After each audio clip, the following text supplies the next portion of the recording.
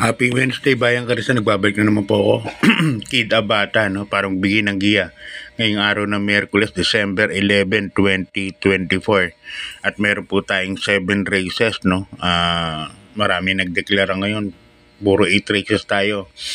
Isa lang ang 6 races. Isang 8 races. Puro 8 runners tayo. Isa lang ang 6 runners natin, yung race number 1 dahil nga 3-year-old maiden race. Start time natin alas 5 ng hapon, no? So, kamusta na nga po yung pangarera nyo last Sunday? Yung congrats sa connections po ni Batang Manda, SILG Benhar Abalos. Tumataginting na 7.2 million, no, para sa first prize. Ang galing ng ginawa ni Patero. Ang galing ng connections. Banderang tapos ginawa ni Patty Ramos Dilema. Dalawa yata yung nanalo sa kanila, open billing at saka yun, Batang Manda. So, congrats po sa connection. Record breaking po yung nangyayari nung Sunday sa laki ng grosse, 50 million po in a single day.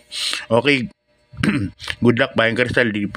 Start tayo race number 1, isang 3-year-old maiden race.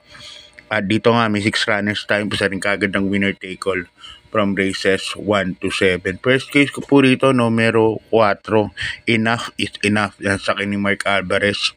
Segundo po yan kay Alibaba. Si Enough is Enough, consistent sa 129. Ngayon, kahit may clay career tingin ko, kaya namang sundang ni kagad yung mauna. Second case ko po rito, numero 3, Road Safety. Sa akin ni Jackie Louie Nonar. Ito sa tingin ko ang in-expect kong mauuna po rito sa karera na to. Dahil siya po yung nakitaan ko ng bilis. Yan ang sumabay kay Alibaba nung maiden race. Kaya dito, para sa race number 1, 4-3 po ako. Okay, good luck Bayang Karisa. Lipat tayo sa race number 2. Isang rating base last 5 points split group. Mga placers po ito. Dito may 8 runners po tayo. Bisa rin ng pick 6 from races 2 to 7. First case ko po rito, numero 6, Catherine. Nasasaki ni Jackie Allison Pabilik. Diyan po ako lalagay.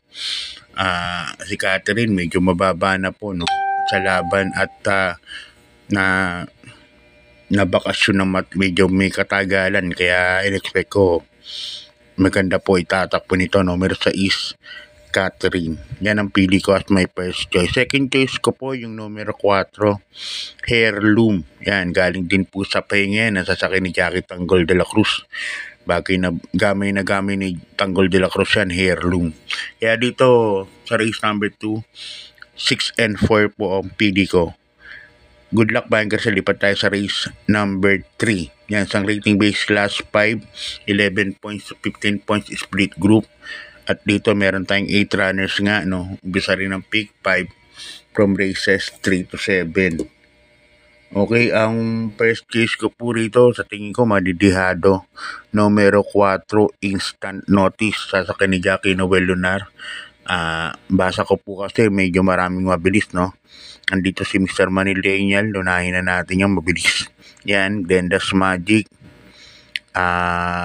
Noble Promise, medyo may bilis. Kaya yan ang first case ko, number 4, Instant Notice. Yan. Second case ko, yung numero 7 na rin, Noble Promise. Nanalo yun last November 20 sa kani JM Storke. Ang tinalo po niyan, Iris. Kaya sa tingin ko, mabalik na po ang buti ni Noble Promise. Okay, good luck Bayang Karisa. 4 and 7 po ako sa race number 3. Ipantay sa race number 4. Isang rating base last 5, 6 points to 10 points split group. At dito meron tayong 8 runners, no. First case ko po rito, numero 6, Sound of Silence. Sasakyan ni Jackie Onyok Garcia. Inabot lang ni Happy Julian to sa meta. Photo finish nga po yun. At sa tingin ko siya pa rin po ang bandera po dito sa karera na to. Numero 6, Sound of Silence. Kaya yan ang napipisil kong first case po dyan. Second case ko yung numero 3, Cole is a Roll. Sa ni Jackie GL Sego Jr. Apprentice Jackie, minus 3 kilograms pa yan. Parang nababaan po ako sa laban din, no. Numero 3, Cole is a Roll. Kaya para sa akin, malaki po ang panalo niyan.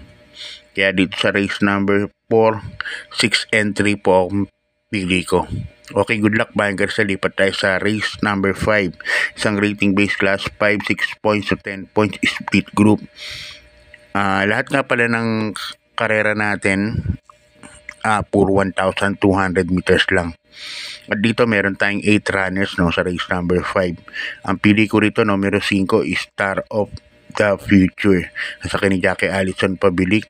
Marami yung nakita mabilis. Tayo pa naman, Success of Times, Access Deviation, Munding. Baka makapanood ng Luchahan to, number 5, Star of the Future. Kaya yan ang po ang first choice ko dyan. Second choice ko yung numero 2, Memory of the Sun. Nasa akin ni Jackie Onyo Garcia.